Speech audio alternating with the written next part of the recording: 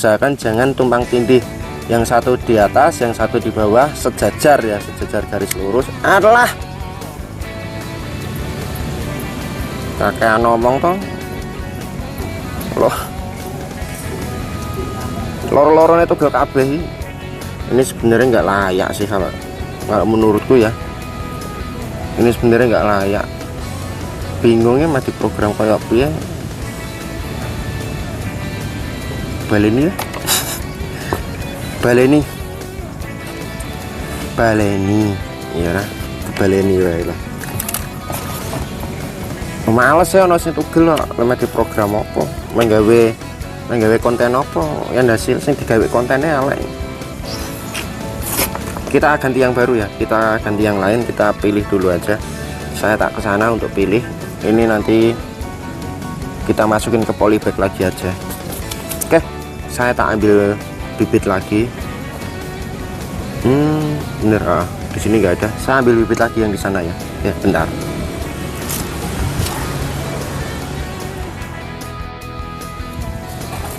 Oke kawan, sepertinya kita ganti judul aja ya. Pembuatan bonsai dengan sashito bukan dari bibit ya, bukan dari murni bibit, tapi kita lanjut ke proses pemrograman di tahap selanjutnya dari bibit sancang yang sudah saya program untuk dijadikan bahan bonsai dengan sashito. Ini sudah pemrograman ya, sudah pemrograman di tahap awal. Sebetulnya kita buat video yang tadi, yang gagal tadi, dari seperti ini kita program di tahap pertama, jadilah seperti ini, dan saya memilih penggantinya di bahan bonsai yang ini untuk pemrograman tahap kedua aja. Di sini ada apa namanya? Benar-benar ada stekan kimeng, cuman nggak tahu ini udah keluar akar apa belum. Kita coba congkel dulu aja. Oh, udah keluar akar dia. Kimengnya udah keluar akar satu. Yang ini juga udah keluar akar dua. Ini kimengnya dari bahan stek ya, stek batang bekas potongan. Ini 3 stek batang bekas potongan, lalu saya tancapkan, keluarlah akar. Alhamdulillah hari ini termasuk panen stek kimeng juga. Oke, ini ya, dari bahannya seperti ini. Proses pemrograman bahan bonsai shito tahap kedua kita bongkar dulu aja.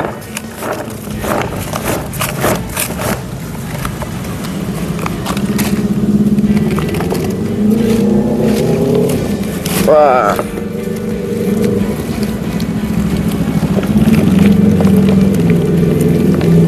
untuk perakaran dia sudah bagus, untuk perakaran dia sehat, sudah bagus, sudah tertata. Ini kawatnya udah mulai tenggelam. Kita lepas kawat dulu, tapi sebelumnya kita cuci dulu. Ini ya, perakarannya udah rungkut, udah bagus. Yang dari atas ini termasuk tangan pertama.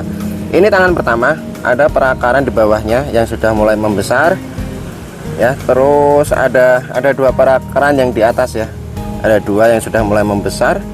Terus ini di perakaran bawah juga udah mulai membesar juga. Kita cuci dulu. Oh, nggak apa, lanjut. Tak kirain kucingku berantem. Kalau berantem terpaksa aku ngemisah kucingku dulu. Oke, kita cuci dulu ya.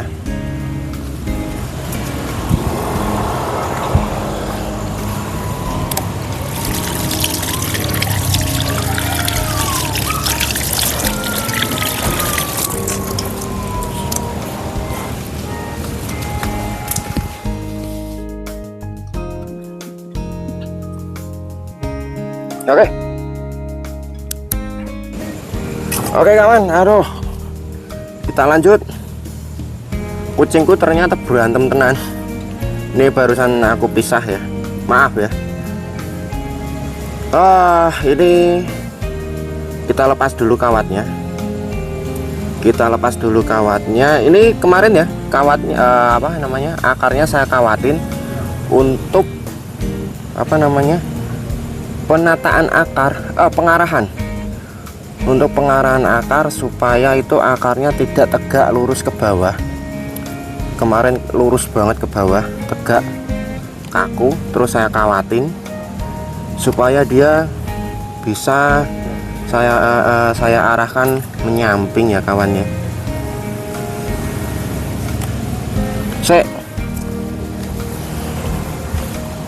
Oke, video masih on. Takutnya kalau udah bicara panjang lebar sampai selesai ternyata videonya mati setelah tak tinggal tadi. Oke, ini ya, kita lepas dulu kawatnya karena kemarin kan ini sudah saya program ya. Jadi pada hari ini masuk ke pemrograman tahap kedua.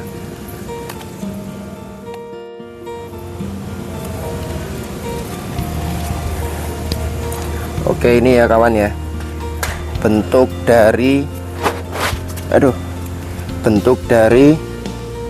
bibit sancang hasil stek yang sudah saya program tahap pertama. Yang sudah kita program di tahap pertama jadilah seperti ini. Ini tangan pertama, terus ini ada perakaran 2 yang sudah membesar. Terus ini ada bibit tunas-tunas baru yang nanti akan kita hilangkan. Ini ada tunas, bisa dipakai nggak ya kalau tunas kayak gini, aku nggak tahu ya. Terus ini perakarannya sudah mulai membesar semua, alhamdulillah ya. Perakaran menurut saya bagus. Tampak depan ya, mungkin dari sini tampak depannya bagus banget. Ini saya rasa ini bisa jadi tahap tahap muka pertama. Lah omonganku tuh belibet toh.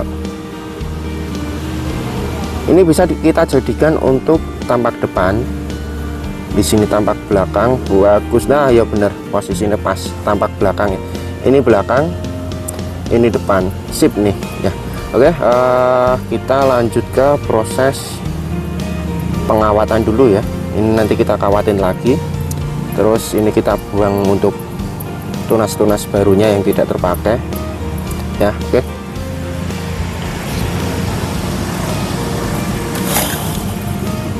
langsung kita eksekusi.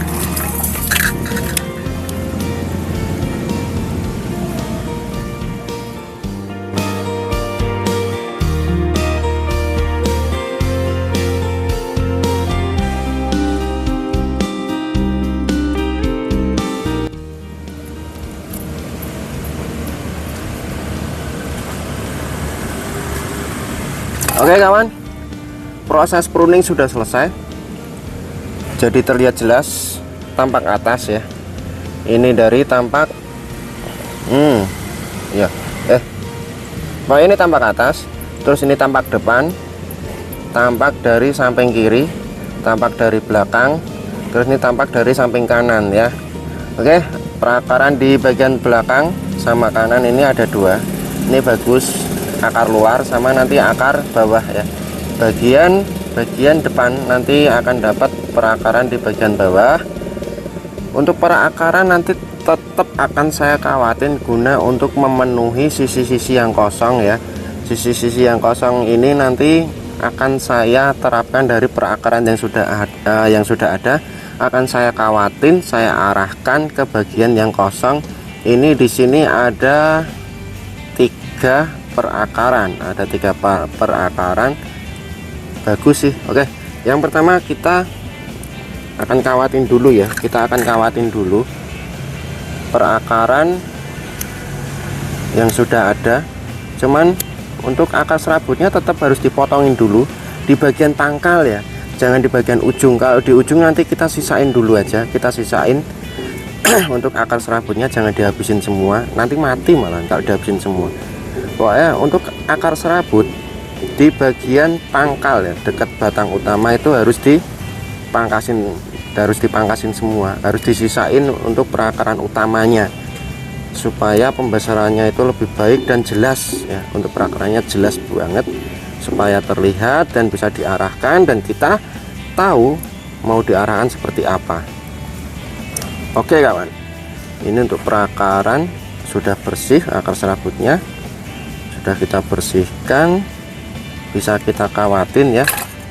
Untuk perakaran itu ya, pokoknya kalau perakaran untuk perakaran dia tidak sesuai dengan apa yang kita harapkan, yang pertama bisa kita kawatin. Untuk pengarahan akarnya bisa dengan cara pengawatan, diarahkan perakarannya dengan proses pengawatan. Sama yang kedua bisa kita pakai media apa itu, pokoknya yang tanah ya, yang tanah ataupun lempung kita masukkan ke dalam plastik, terus kita dipadatkan, dibikin bentuk segitiga, bukan segitiga, kerucut ya, dibentuk kerucut, nanti kita tempelkan di sini, barulah nanti akarnya dikawatin, diarahkan, dikasih ganjel pengawatan gitu. Cuman kalau saya lebih suka pakai proses pengawatan akar yang lebih gampang sebenarnya ya, tinggal kita kawatin, langsung kita tekuk aja sesuai selera. Terus ya, ini kan udah ada 1 2 3 bagian depan, yang ini untuk sisi sini, yang ini untuk depannya, yang ini untuk agak serongnya. Terus kita bagian belakang kita gunakan perakaran ini satu, sama kita jagain yang ini bagian perakaran atas ya. Oke, untuk bentuk perakarannya seperti ini kawan, saya nggak kelihatan, kita pangkas dulu aja, kita kurangin untuk akar serabutnya ya, segini aja nggak apa, cukup. Untuk perakarannya seperti ini, dilihat dari bawah ya. Terus ini tampak depannya seperti ini tampak depan, samping kiri, bagian belakang, bagian samping kanan, ini bagian atasnya. Oke kawan, seperti ini. Kira-kira masih ada yang harus dikawatin nggak? Kalau saya sih sepertinya enggak. Dari proses ini seperti ini, kalau dari saya sih sepertinya enggak, cukup seperti ini aja. Ini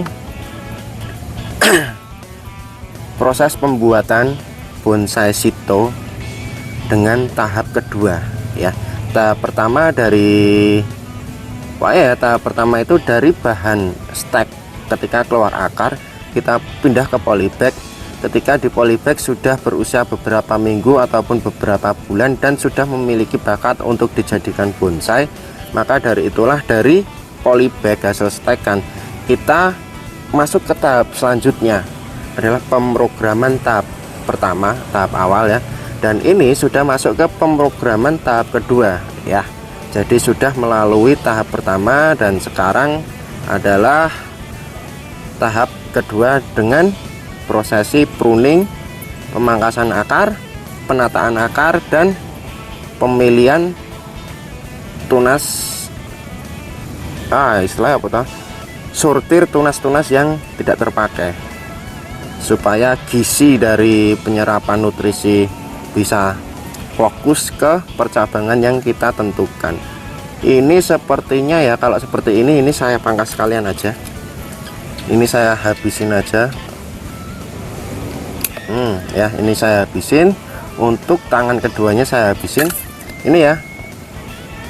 Untuk tangan pertama ding, ini tampak depan, ini tangan pertama sudah ada percabangannya 2, perantingannya sudah ada 2. Ini kita fungsikan, lalu kita masuk ke sini, ini terusan mahkota, dan ini jadi tangan kedua. Oke kawan, kita lanjut pengawatan ya, kita lanjut ke pengawatan untuk ini supaya tidak terlambat dalam pembentukan karakter ataupun liukan, pembentukan liukan di tangan pertamanya, di perantingannya maksudnya. Oke,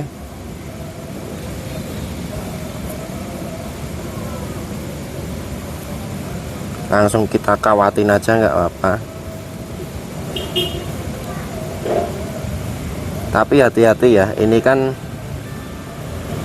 rantingnya masih terlalu kecil, masih terlalu muda, jadi resiko patahnya itu sangatlah tinggi sekali.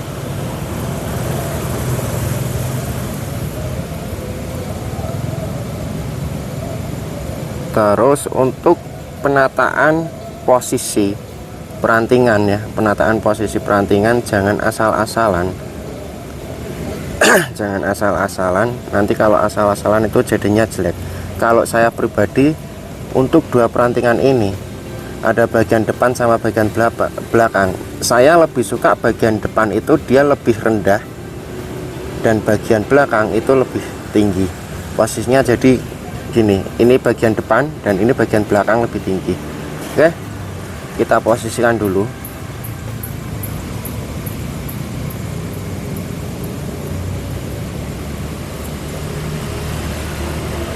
Ya, nih untuk posisinya ya, untuk posnya bagian depan lebih rendah, bagian belakang lebih tinggi walaupun sedikit. Karena apa, di sini nanti supaya kelihatan apa namanya, kelihatan lebih indah lah untuk awan pertama sama awan keduanya, awan bawah sama awan atas. Tapi kalau gabung itu jelek, nggak ada seninya. Seninya itu kurang kalau kita rapatkan. Untuk perantingnya seperti ini. Untuk prosesi tahap keduanya seperti ini dulu aja ya. Yang penting sudah terlihat jelas untuk bentuk dari pemrograman di bonsai Sito ya, udah terlihat sangat jelas, sudah sangat indah. Ini tinggal kita besarkan aja, nanti kita program lebih lanjut ke tahap 3, tahap 4, tahap 5. Pokoknya kita jadikan bonsai ini sebagus mungkin. Sebelumnya kita isi tanah dulu.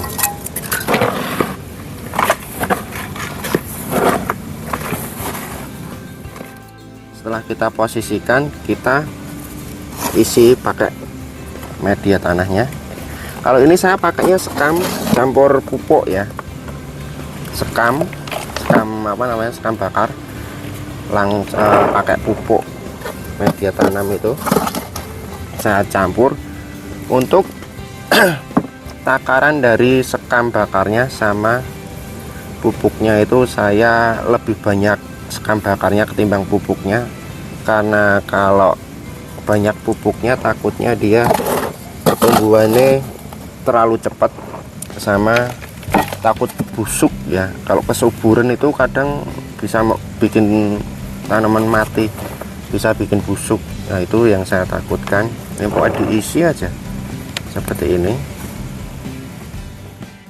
Kita tunggu beberapa minggu atau beberapa bulan lagi untuk kita program ke tahap lanjutannya, ke tahap 3 ya. Karena untuk membuat bonsai itu banyak tahapannya kawan, tidak bisa langsung instan. Yang kita fokuskan pertama itu adalah di bagian kaki-kakinya. Kita kekarkan dulu perakarannya, kita besarkan perakarannya, kita sempurnakan perakarannya, barulah kita ke tahap perantingan. Untuk perantingan itu sebenarnya masalah yang paling gampang, yang paling gampang dibikin. Kalau subur pasti perantingannya akan cepat besar dan akan cepat jadi.